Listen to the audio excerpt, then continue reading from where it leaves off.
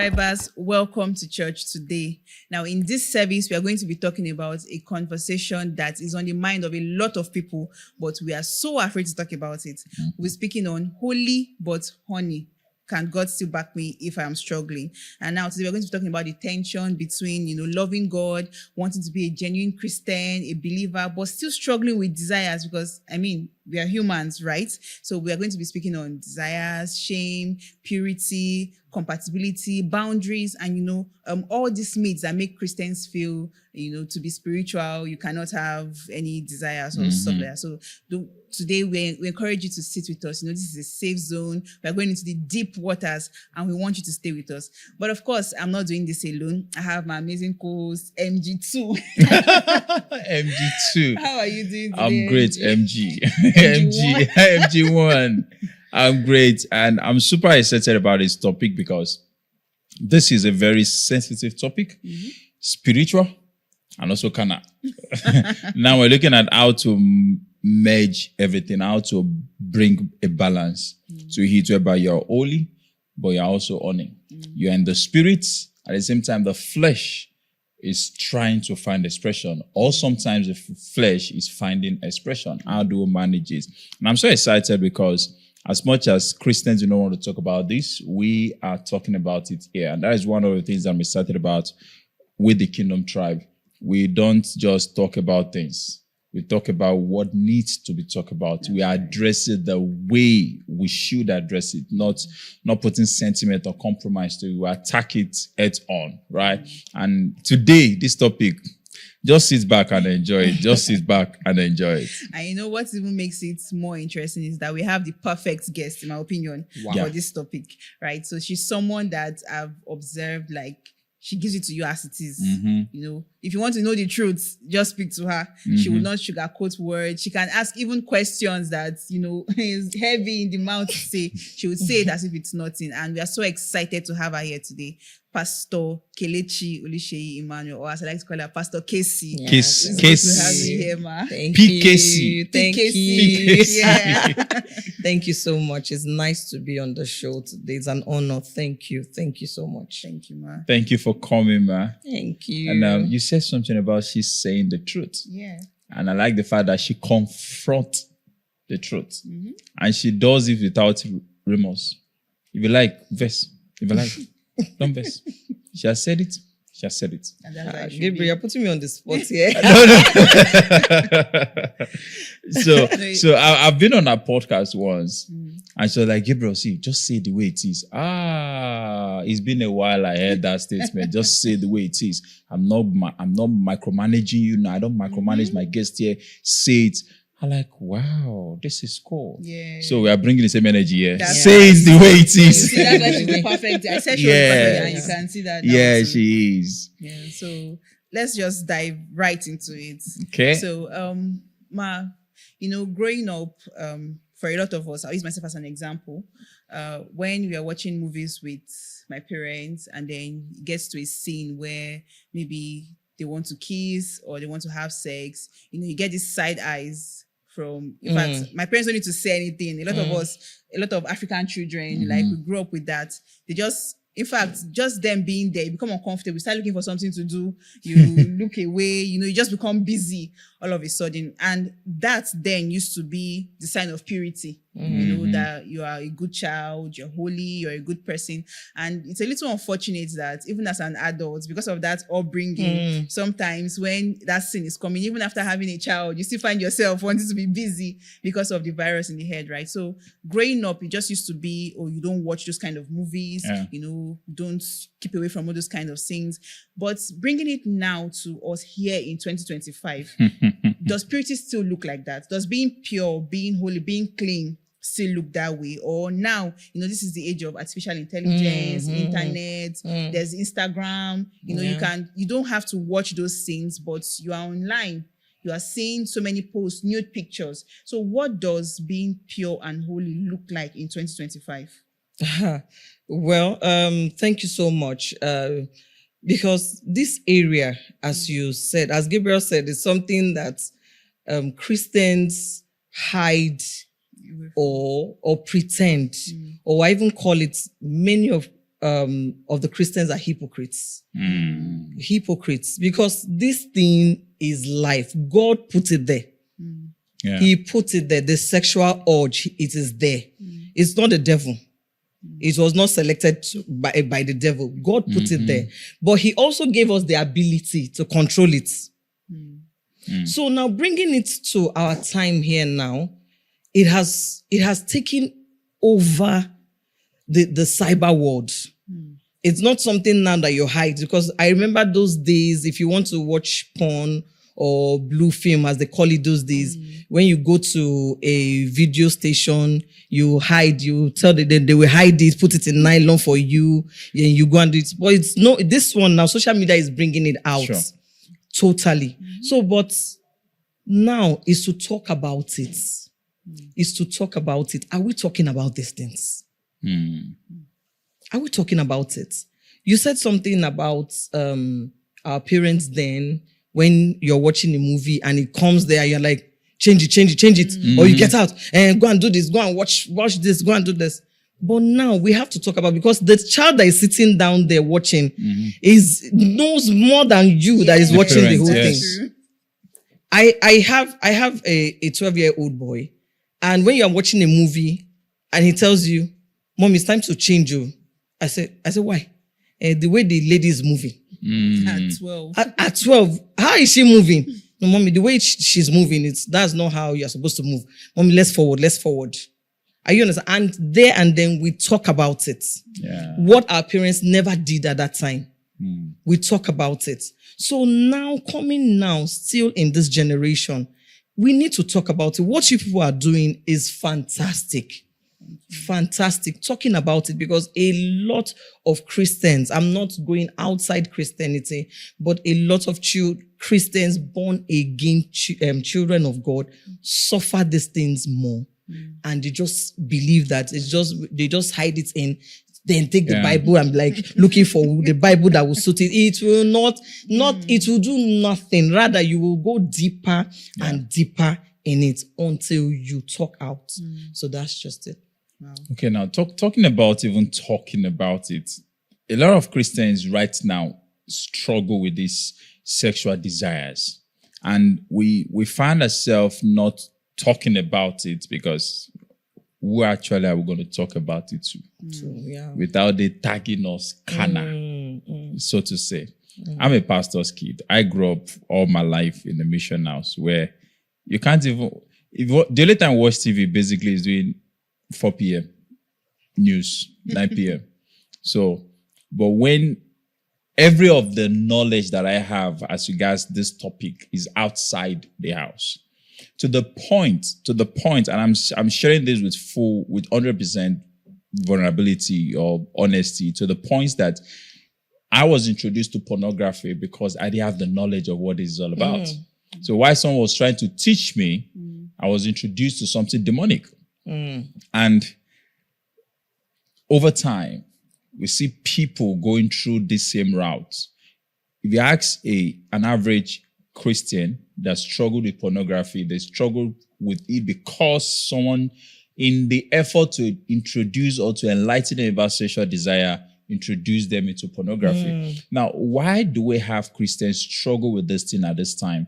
Is it because we have this loneliness, kind of, Paul will say, if you know you cannot, in quotes, as we say it in Nigeria, old body, go and marry. But even marriage is not even stopping the urge. It's not stopping it. So what exactly, I think my question would be, what exactly is the problem? Because you think when you get married, it will solve, it will not solve. You think, okay, fine, if I'm a single person, I do not relate to the opposite sex, it will stop. But that is when it's even worse. So what exactly is the problem? Why do Christians struggle with this thing?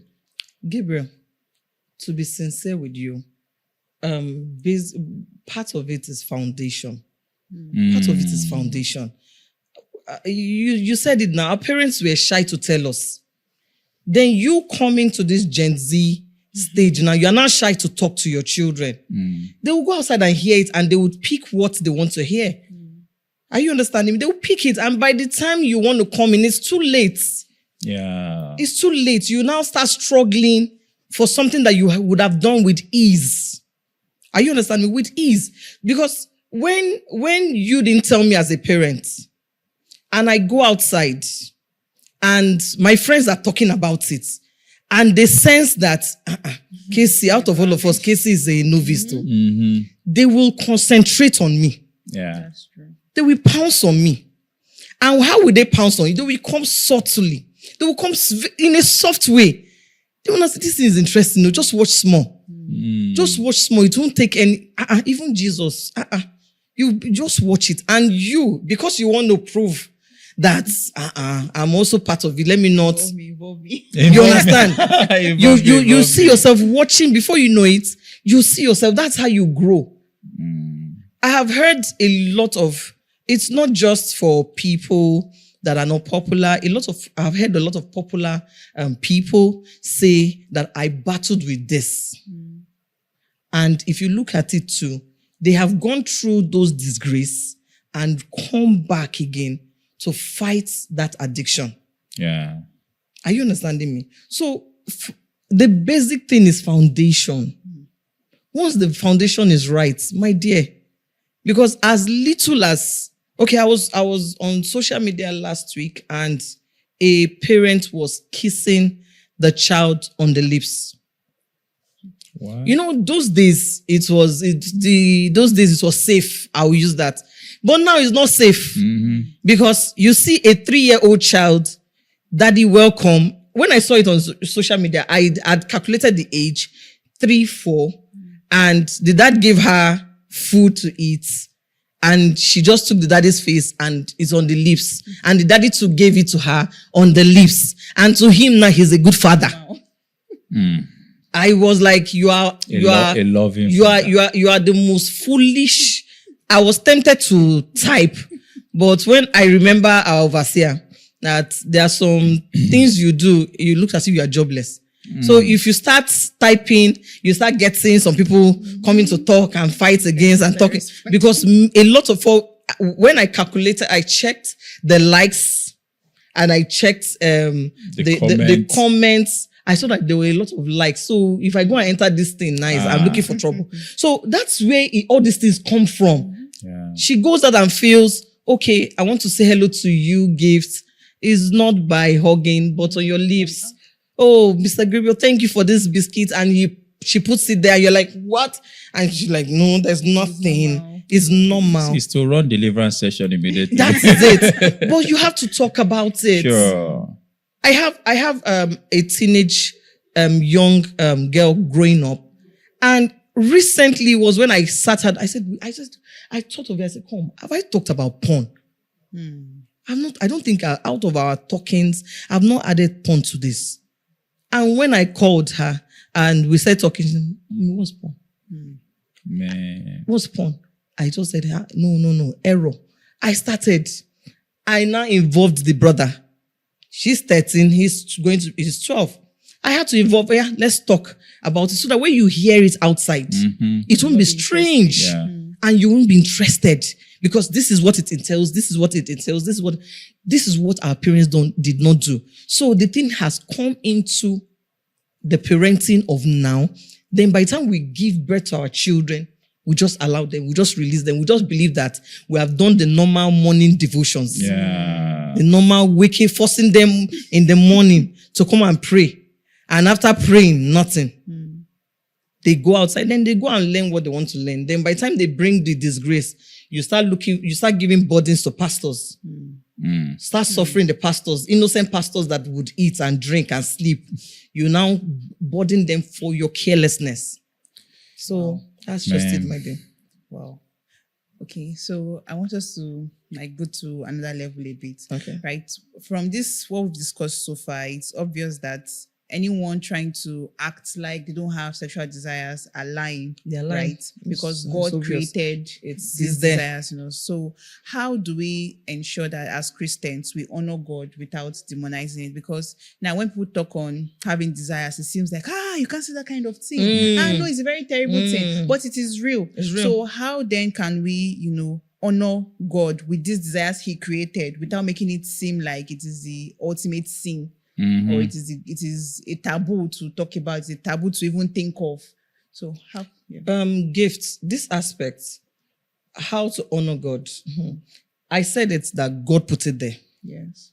but the same God punishes you when you don't do it the right way. That's me. Why I'm saying this is that he has already said it, that it is a gift for husband and wife. That is a gift from God, using it, putting it in marriage. Are you understanding me? To bond, to agree that yes, this is it, we are together for forever. Then you are not married. You are a single man, you are a single woman, and you decide to go around not controlling yourself. It's an error.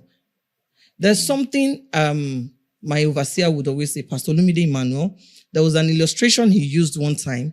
He said, if you don't have a way of controlling yourself, why don't you go and make a covenant with God and say, God, the day my penis will stand, let cancer struck me.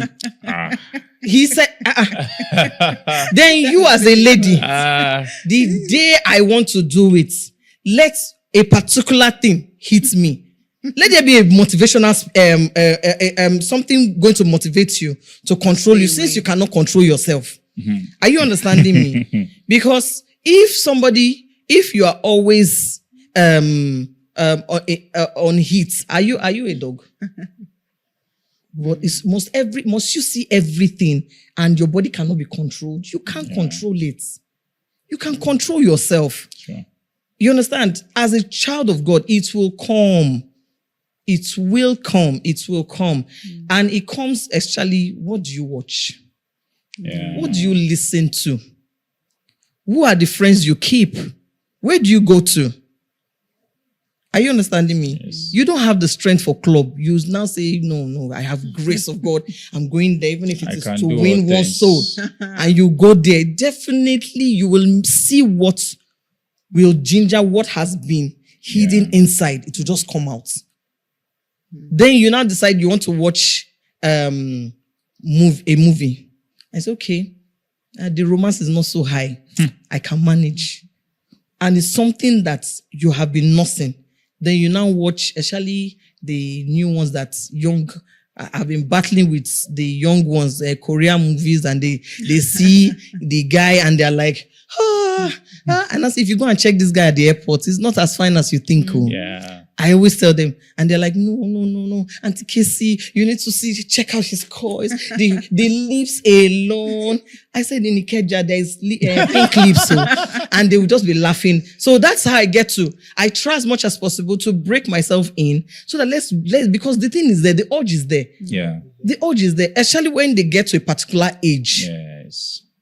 When you get to a particular age, you now feel that if you don't test those things, you're not a big boy, you're not a big girl. Yeah.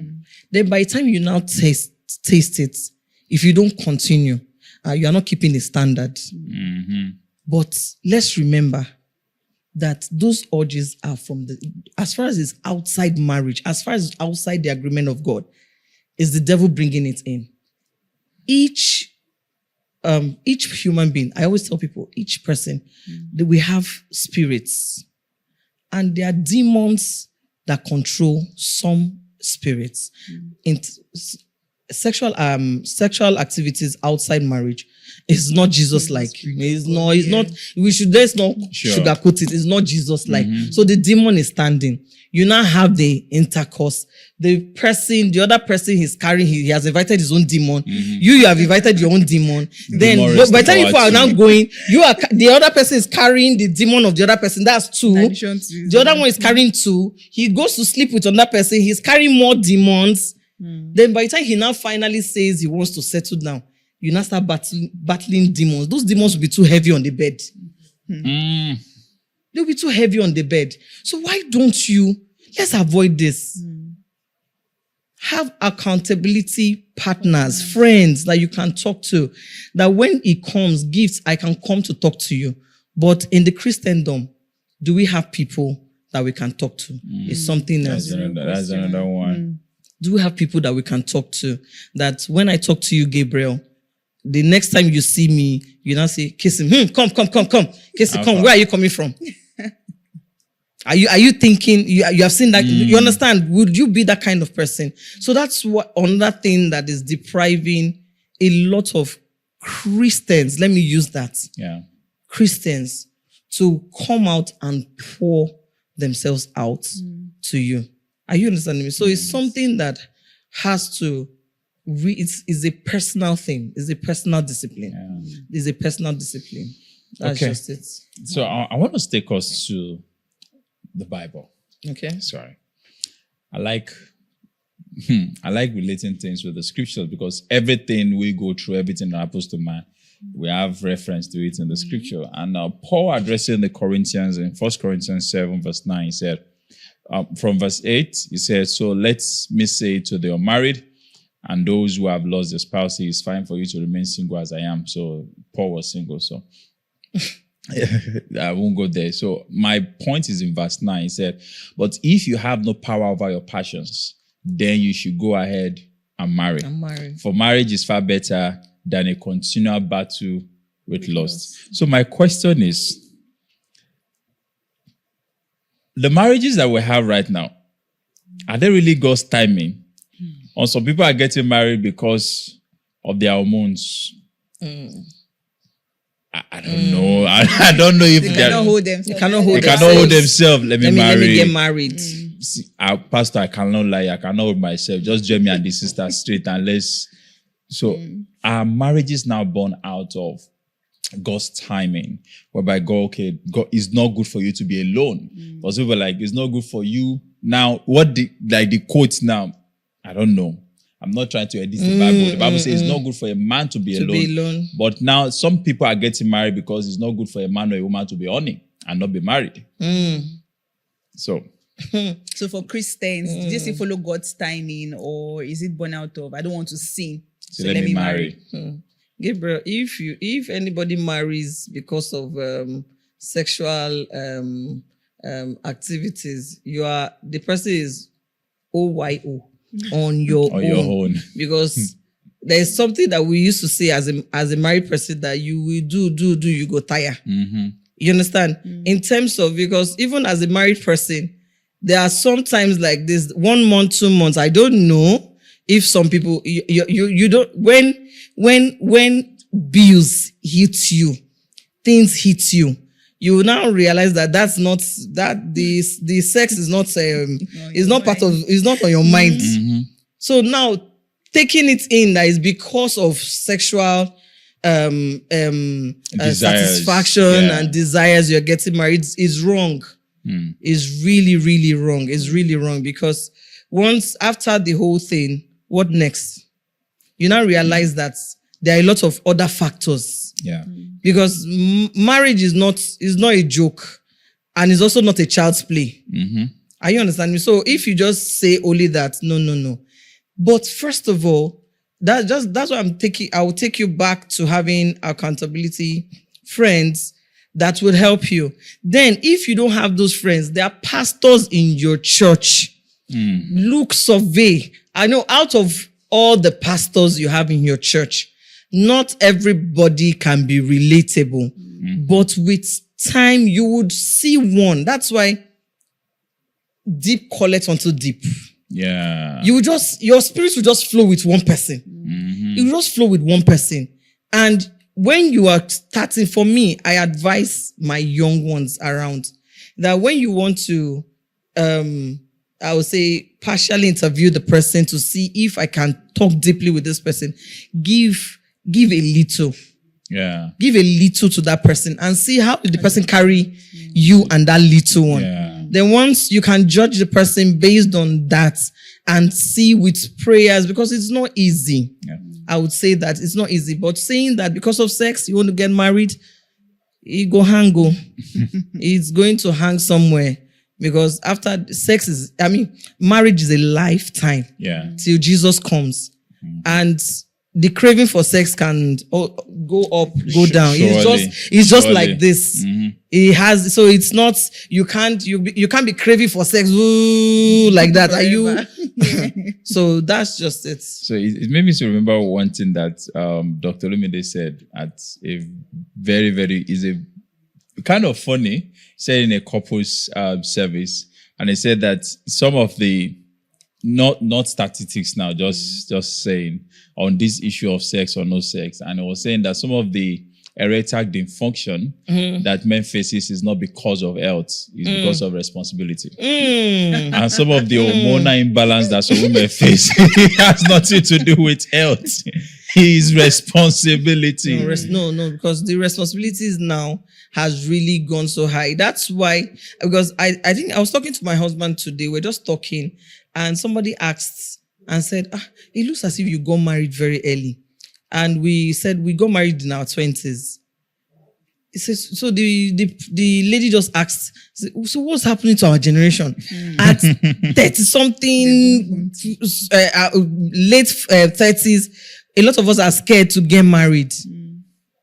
What I just said was, you people don't want to face the reality.com. You are scared of the reality.coms. Yeah. You are scared of the future. What am I going to face? Yeah. But those days we dared it.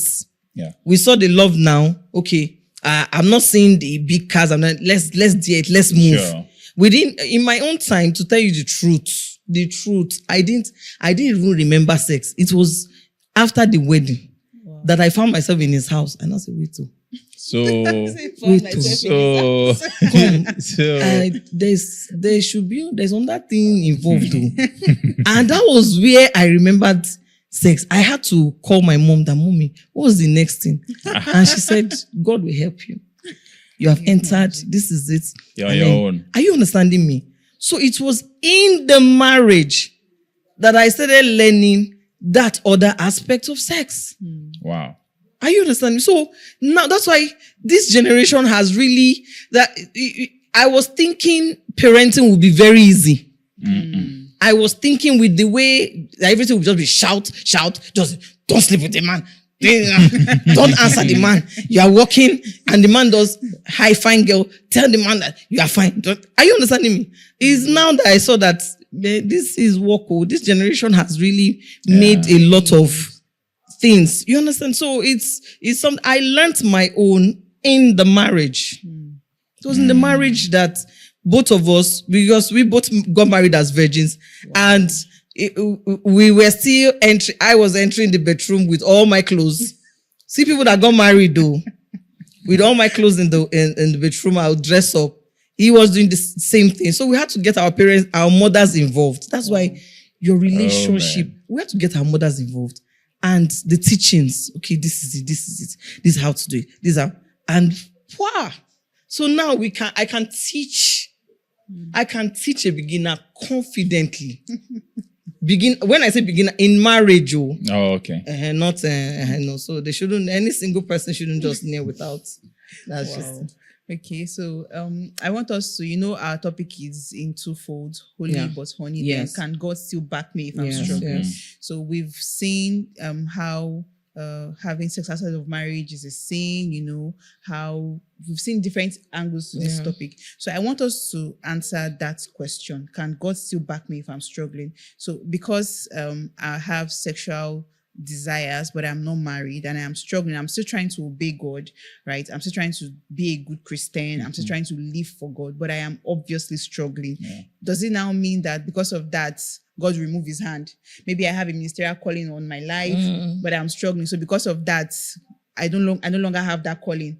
Because of what I'm struggling with, I can no longer be powerful. Maybe I hold programs, miracles will not happen. Is that how it works? Or can I, even with those, desires and struggles, can I still go ahead and do great things for God? Yes, gifts. Yes. Okay. God is not wicked. As I said before, he put it there. Yes. So coming back to him to say, Lord, I'm having this urge. This urge is here. This urge is there. He's the same God that will put you through. He will never, ever stop your giftings from coming out. Yeah. He's not that bad. Okay. He's not that bad. You understand? It's just now your discipline level. Are you understanding me? Your discipline level. I even as a married person, there are some times like this, you just see a very clean, fine guy. To you, it's like, is this guy finer than my husband? And like, he's clean, he's neat. But if I dwell on it, that's where the devil comes in. He comes into where he notices that there's a vacancy. If you give him that room, yes, it is there. The fight is there. But the zeal for God is there. Yeah. God will stay. He will stay. He will help you fight. He will help you win. So the only thing I tell people that have such is that how far or how close are you with God? It doesn't stop you from doing any of your deliverance. He will come. If you call him, if there's a case that you need him to come to deliver a case, God will answer. Yeah. He will treat the case for you. He will not put you to shame. He won't. But he's working with you. He's working with you in that secret place. And where he would definitely lead you to somebody, he would definitely lead you to somebody that will help. Yeah. Because I've had cases that people would come to me and say, Pastor Kelechi, God told me to come and meet you, to mentor me for this. And I'm like, okay. At first, I'm like, God did not tell me in my mind, but I won't tell you God did not tell me. But I have to go and do my due diligence by going to pray and everything, but I will not drive you away. You now come. I've had people to say, oh, I'm always angry. But these are people that are spirit-filled. But I'm always angry. But I'm battling to control it and everything. And we work on it and say, see, this is this. These are the scriptures to use. These are this to use. But it doesn't stop you from doing your regular programs. She goes out, she preaches on the streets. She does evangelism, she wins souls. But if she tells the people that she's battling with something, no, but I tell her, you can't let that stop you. The devil is using that to fight you. Sure. He's using that to fight you. So definitely he would use those little foxes to fight you. So why don't you fight him back? By being strong and listening to him, because he will always speak. Gift, he will speak. Yeah. He will definitely speak. So once he comes, he will tell you, it's coming, leave this environment. You're not supposed to be quiet. Yes. You're not supposed to be alone. Yes. You stand up, go to church. There will be somebody in church. Go to the studio. He won't leave you alone. But when you are quiet on your own, you understand, you're on your own. They are doing programs in church, you are not attending. Okay, outside program, you are not going. Then you are just inside, you just God and God alone. He will come and meet you there now. Yeah. He will come. The mind is divided into, so he will come. So keep yourself busy. How engaged are you? How the activities you do, how engaged are you? Then from there. Okay, so I want us to wrap this up quickly, but I don't want us to wrap up without addressing this question. And this one, it's even good that you mentioned your story and your husband's story. And, because a lot of young people say this, that because they didn't have the opportunity to discover themselves or to have to discover their partner before marriage, they now get into marriage. They're now, what I heard that for was what I got. I don't know if you understand. With all the fake things that are happening now. Yeah, so they get into marriage, they discover that the sister or the brother or the guy or the lady is a virgin, and they've explored the continent, Africa, and or the lady have explored, and the guy is as innocent as the younger brother of Virgin Mary. And there is a mismatch. One have a strong desire, the other one desire is just coming up. Or they get into marriage and they discover that the brother is impotent. And or they get into the marriage and discover that the lady is what's the word now? The lady is I'm trying to get the word now. The lady let me just normal. The lady is a lesbian. Okay. Is a lesbian, but in the cover of I don't want people to know that I'm a lesbian. Let me get married, and and the guy is a gay, but all of the discovery, a lot of young people have battled with the discovery. We now hear people divorcing 2 weeks after wedding because the husband is impotent, the wife is this, the wife is that, and they put it all on. They do not allow us to check.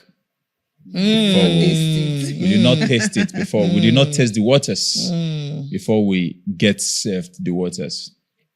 So in that light, I would want to say that you should address it the way it is, but does secrecy around sexuality lead to marriage built on assumption and not on the truth? Gabriel, everything you have said is very large, and at the same time, when some things are being noticed, just like in the aspect of you saying you find out the person is a lesbian, this, that. The marriage from beginning was set up on deceit.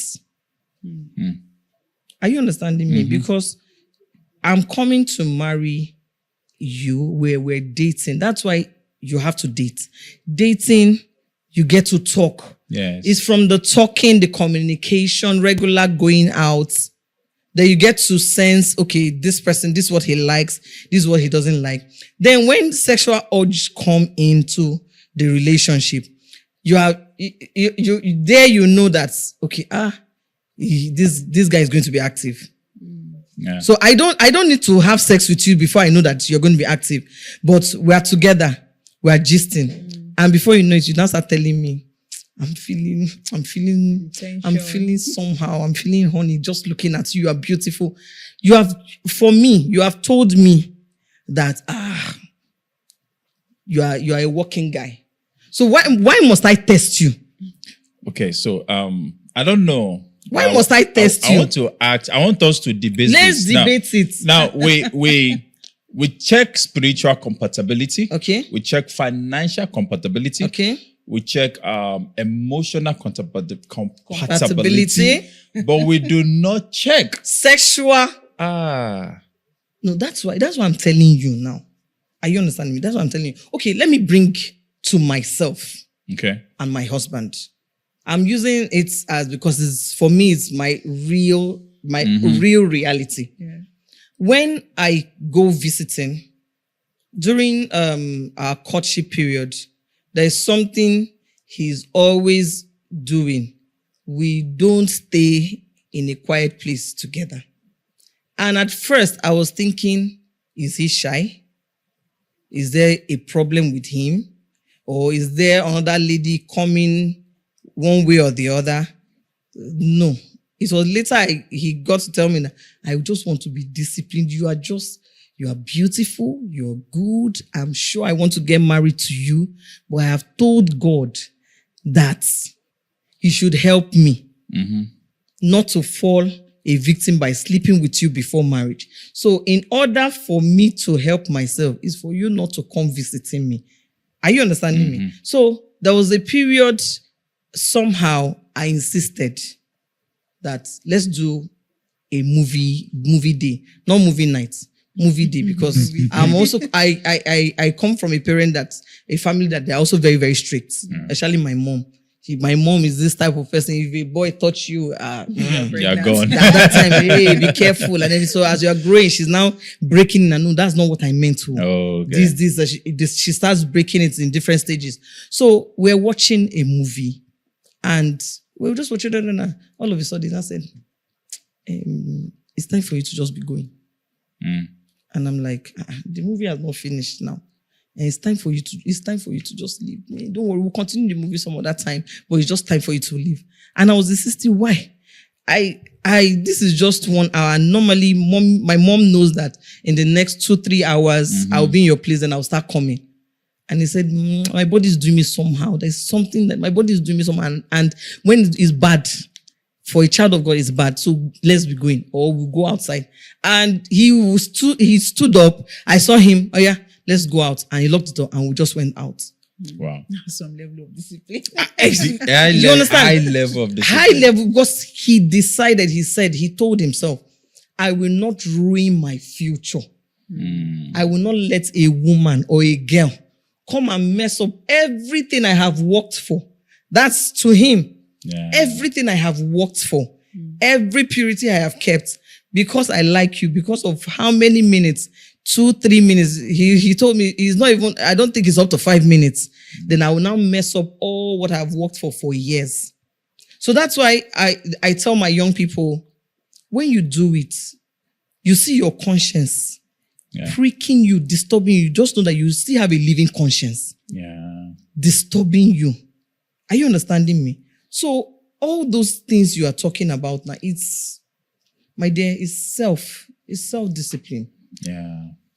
Total self-discipline. So when you now say you get into marriage or you get into a relationship and you want to test the sexual aspect, you are not, your Christianity needs to be checked. You are not really born again. So you need to go back to the spiritual compatibility. You need to go and check yourself. You check yourself. Because the signs are there. That's why I told you that you see the signs are there. I have, there's a young lady that is, I think last year, she would tell me, she would call me, Auntie Kissy, he has never made any attempts. Auntie Kissy, are you sure he's normal? He has never made any attempts.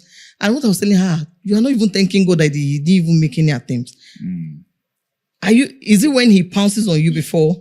But she's not saying, no, I want to know if it will rise. I said, it was there. I was just looking at her, it will rise. How will it rise? How will you do it? But Kissy, if we just touching the right places, once he behaves somehow, I know I'm safe. And I told him, don't go and provoke something that is not, that the guy is battling with. Maybe his communications. Yeah. So sit down. Have people talked about sex during your relationship? It's not when you get married, you talk about sex. Sure. During that dating, the courtship, are people talking about the sex? How? I have a friend that will tell me, babe, kissing. Oh, the wife I will marry. I will tell her my hustle, and that's the blood of Jesus. So what if you go and marry pig? What will happen? If you marry pig, then you horse. It means that there is no other future again. Man. So you can see, you say, no, I will tell her, no, Kissy, I will tell her that I know I'm a hustle. I had to go and check horse. I had to go, what concern horse and a man and sexuality. So that was why I now saw that horse, they are everly active. So I now came back to him and said, I pity you. It means you will not work. You just be a full-time house husband. That's you just be a full-time house husband. And your wife needs to be at home. Then your wife needs to, as in, exactly. You should just look for, and he said, no, okay, so that's not the plan. They open GoFundMe. Are you understanding me? So, but it's something that you people should talk about. Wow. So if you are the finances you have seen is obvious, every other thing is obvious, but the sexual aspect is not obvious. That's where you talk about it. Yeah. Even where you say the other ones that are obvious, by the time you get married and it disappears, then you will now realize that you also would have talked about it. You talk about everything. Sure. How do we save when we get married? Sure. Are you going to permit me to buy things? Are you going to permit me to build a house? All those little things. Then you talk about the sexual aspects. Yeah. Oh, this is I noticed as a guy, I like ladies, but I'm controlling myself. Are you going to be open to that? And you as a lady, are you safe to hear some things? Because during the dating aspect or friendship, you both will sense, can I tell her this? Yeah. And gift is not like where I called you by this time and you did not pick your call. Who was there with you? Whatever you say will be used against you. Exactly. Are you understanding me? So all these things should be spoken about. Great. Then if it's by the grace of God, you make it true without having sex before marriage or so, and you get married and you now find out all these negative things. To tell you the truth, is marriage built on deceit? Yeah. And if a divorce takes place, for me, my opinion, Casey's opinion, get out. Yeah. Wow. Definitely That's okay. So we need a part two. Actually, we will need a part two because there are some traditions here in Africa that demand that the wife gets pregnant before marriage. And there's some tradition that I know of when I served in the state in this country that it's a must for the guy to have sex with the woman before the day of marriage. So that the family of the wife will know if the man can sexually satisfy their daughter. It's written in black and white. So, ma, we'll have you for part 2. Yes, because I would really be glad to come on board, because really this is a very, very wide topic, and it's a lot of young people are suffering this. Sure. And I'm really glad that both of you decided to talk about this, because if there are parents out there that don't even know how to talk about it. Sure. They want to talk about it, but they don't know how to start, who to start with. I know of somebody that has come to me and say, help me talk to my 13-year-old child. Wow. I had to take it upon myself because she's a friend. Help me talk to her. I don't know. Because I don't know how to start. Wow. And I was like, I didn't want to start. For me, I'm this kind of person that before I start judging you, let me settle a matter, then I will now face you. Sure. Let me quickly settle. I need to save that child first, then I will now face you. So I just quickly started handling the child. Yeah. Then I had to now go and face her after finishing her as a young woman. Then I now start teaching. So you now have to follow, because the child too will not also automatically accept what I say. Yes. Yeah, she won't automatically accept what I say until mommy or daddy backs it up. Yes. So this is what I've said to you. Join me. Let's talk. This is what this. Didn't you in secondary school? Didn't a boy walk up to you? Didn't you feel like you are the touch babe? Didn't you put mirror and powder in your bag?